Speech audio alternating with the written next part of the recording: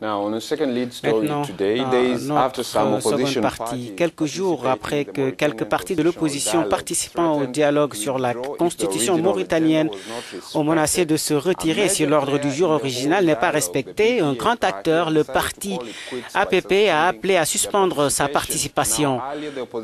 Plus tôt, l'opposition a signifié au gouvernement que la révision et lever la clause des 2 mandats présidentiels serait favorisée. L'actuel président Mohamed Ould Abdelaziz a prolongé son maintien au pouvoir pour un 3e mandat. Le de ce dialogue national est prévu jeudi prochain. Les parties prenantes avaient prolongé à 2 reprises la durée des travaux afin d'approfondir et d'élargir les débats autour de certains points inscrits à l'ordre du jour et qui n'ont pas pu être suffisamment examinés. Je précise que le dialogue a été boycotté par le FNDU qui renferme les principaux partis d'opposition en Mauritanie ainsi que par le Rassemblement des forces démocratiques. Le parti Alliance populaire progressiste dirigé par Messoud Ould Boulkhair s'est lui retiré des assises du dialogue, protestant contre les déclarations du porte-parole du gouvernement relatives à la limitation des mandats. Mohamed Lemine Ould Cheikh avait affirmé que la limitation des mandats est un principe antidémocratique et que la volonté gouvernementale est de procéder à la révision des dispositions verrouillées pour répondre à la volonté du peuple qui est au-dessus de la Constitution.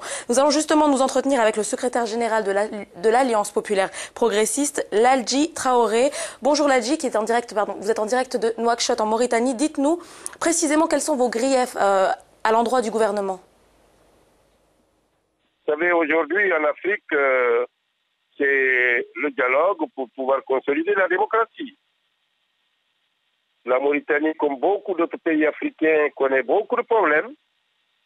Et nous avions engagé un dialogue sur un certain nombre de thématiques très importantes pour notre pays et pour la démocratie.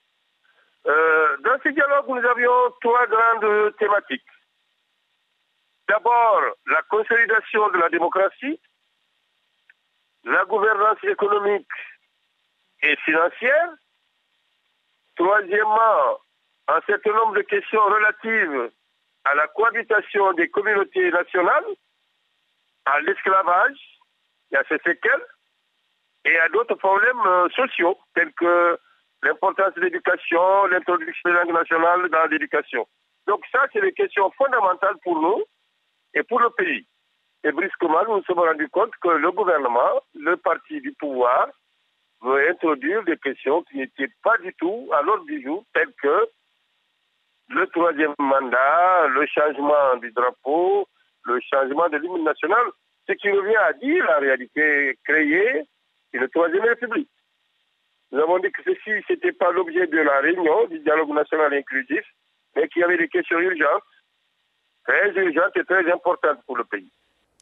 Mais justement, Monsieur Traoré, pour l'heure, ces questions n'ont pas été introduites pendant le dialogue. N'est-ce pas prématuré de soupçonner le président Abdelaziz et la majorité présidentielle de vouloir mettre fin à la limitation des mandats?